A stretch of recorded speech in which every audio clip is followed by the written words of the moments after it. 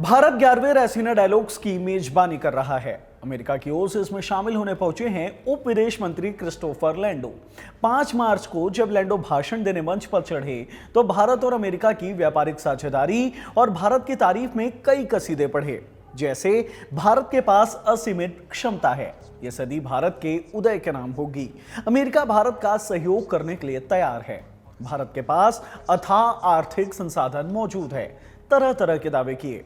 लेकिन इन दावों के बीच अमेरिकी उप विदेश मंत्री ने एक बात और कही, एक ऐसी बात जो किसी भी भारतीय को चुभेगी। हम भारत के साथ वो गलती नहीं दोहराएंगे जो हमने 20 साल पहले चीन के साथ दोहराई थी। सीधे सीधे कहें तो अमेरिका ये कहना चाह रहा है कि हम आपको आपके बाजार को डेवलप करने का मौका तो देंगे, लेकिन इतना नहीं देंगे कि बाद में हमें यह पता चले कि उन मौकों की बदौलत आप हमें पछाड़ने लग जाएं, जैसा कि चीन ने किया है।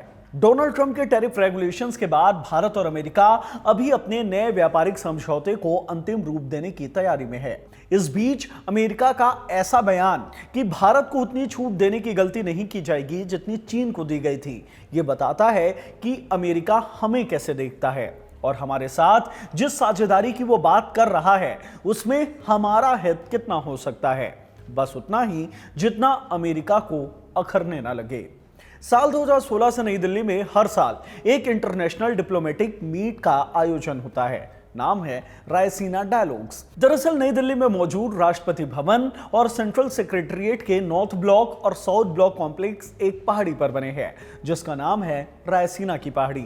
2016 में ऑब्जर्वर रिसर्च फाउंडेशन नाम के थिंक टैंक ने भारतीय विदेश मंत्रालय के साथ मिलकर यहां डिप्लोमेटिक मीट की शुरुआत की, जिसे रायसीना डायलॉग्स नाम दिया गया। रायसीना डायलॉग्स को आप विदेश मंत्रालय के जश्न एकता की तरह समझ सकते हैं। सब आते हैं, मिलते हैं, बातें करते हैं और बढ़िया खाना होता है, लेकिन यह सिर्फ एक इवेंट भर नहीं है। रायसीना डायलॉग्स भले ही एक निजी थिंक टैंक करवाता हो, लेकिन सब जानते हैं कि यहां होने वाली बातें भारत सरकार कितनी गंभीरता से लेती है।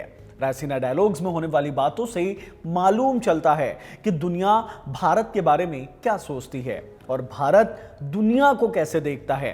परोक्ष रूप से ये सारी बातें भारत के विदेश नीति पर जरूर असर डालती हैं।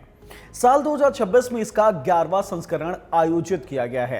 इस बार का थीम है संस्कार, मुखरता, सामंजस्य, उन्नति, जो कि 5 मार्च से 7 मार्च तक चलना है। 3 दिन के समिट में 110 देशों के करीब 2700 प्रतिनिधि हिस्सा ले रहे हैं, जिसमें पूर्व राष्ट्राध्यक्ष, सैन्य कमांडर और उद्योग जगत के लोग भी शामिल हैं। समिट के पहले दिन 5 मार्च को power, purpose and partnership, American foreign policy in a new era के मुद्दे पर एक सेशन आयोजित किया गया, जिसमें अमेरिका के प्रतिनिधित्व करने पहुंचे अमेरिकी उप विदेश मंत्री क्रिस्टोफर लैंडो शामिल हुए।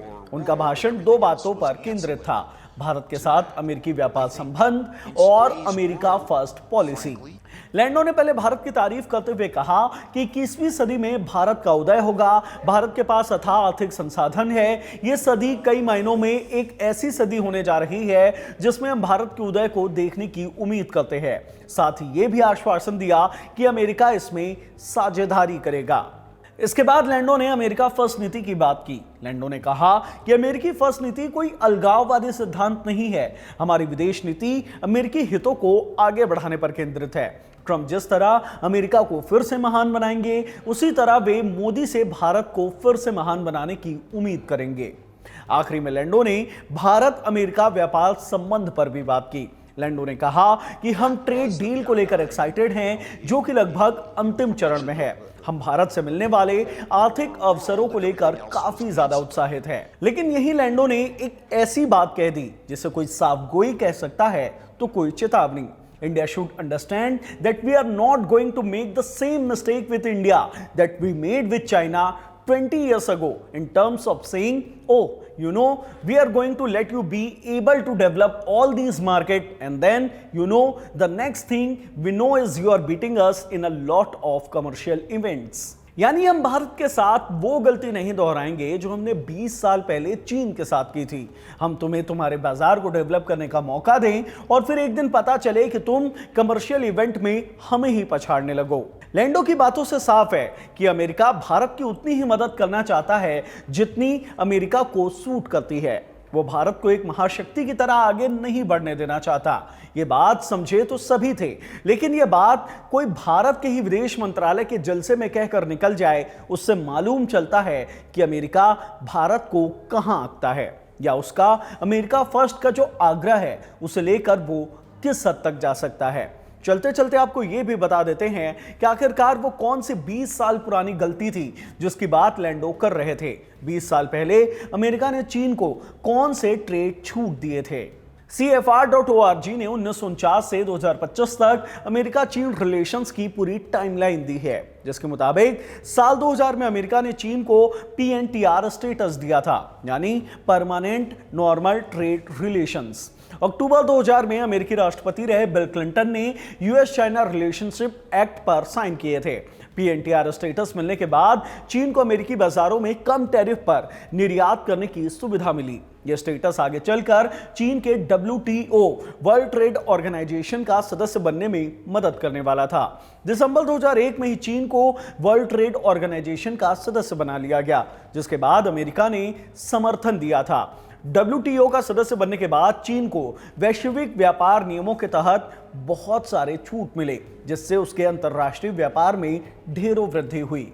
सितंबर 2008 में चीन जापान को पछाड़ते हुए अमेरिकी ट्रेजरी बॉन्ड का सबसे बड़ा खरीदार बन गया।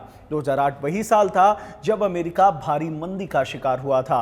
चीन ने अमेरिका के करीब $600 बिलियन के ट्रेजरी बॉन्ड्स खरीद लिए थे। आसान भाषा में समझाएं तो जब भी किसी देश को पैसों की जरूरत पड़ती है, उधार लेना होता है, तो उन पैसों की एवज में एक देश दूसरे देश को ट्रेजरी बॉन्ड्स देता है। ये एक तरह का रसीद है जो डील के सबूत के तौर पर होता है। सितंबर 2008 में चीन से पहले जापान ने अमेरिका के सबसे ज्यादा बॉन्ड्स खरीद रखे थे, लेकिन चीन की बढ़ती अर्थव्यवस्था ने उसे भी पछाड़ दिया। अगस्त 2010 यानी कि दूसरी तिमाही में चीन जापान को पछाड़ते हुए दुनिया की दूसरी सबसे बड़ी अर्थव्यवस्था बनने में कामयाब रहा। रायसीना डायलॉग्स में लैंडो चीन के साथ किए इसी व्यापार समझौते की बात कर रहे थे, जिसकी मदद से चीन ने टेक्नोलॉजी के मामले में न सिर्फ अमेरिकी कंपनियों को पछाड़ा बल्कि दुनिया में अपना दबदबा कायम किया। लैंडो ने रायसीना डायलॉग्स में यह साफ साफ कहा है कि डोनाल्ड ट्रंप की अमेरिका फर्स्ट की पॉलिसी अमेरिकी हितों को आगे बढ़ाने पर केंद्रित है। हम कोई दान करने वाली संस्था नहीं है।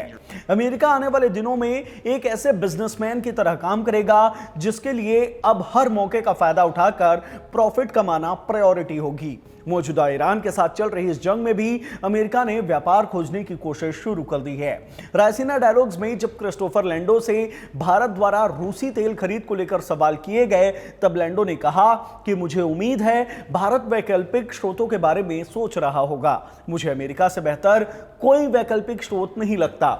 हम ऊर्जा से समृद्ध देश हैं। यानी लैंडो सीधे सीधे भारत को अमेरिका से कच्चा तेल खरीदने का ऑफर दे रहे हैं। रायसीना डायलॉग्स में अमेरिकी उप विदेश मंत्री के बयानों ने डिप्लोमेटिक चैनल्स के साथ ही इकोनॉमिकल पॉइंट्स पर सरगर्मी बढ़ा दी है। एक और चीन की तरह गलती न दोहराने का वादा, दूसरी तरफ भारत में बाजार खोजने और तेल खरीदी का ऑफर देने की बात, इसके मायने निकालने अभी बाकी हैं। इस वीडियो में इतना ही। धन्यवाद।